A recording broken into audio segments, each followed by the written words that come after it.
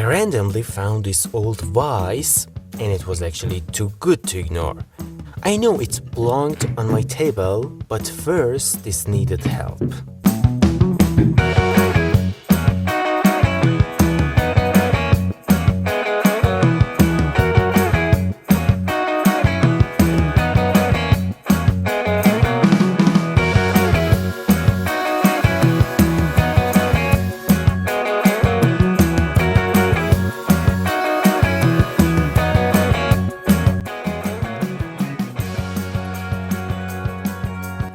It wouldn't open.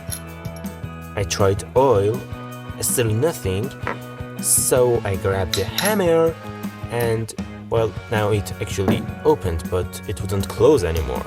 So I got a wrench, adjustment, and it was finally fixed.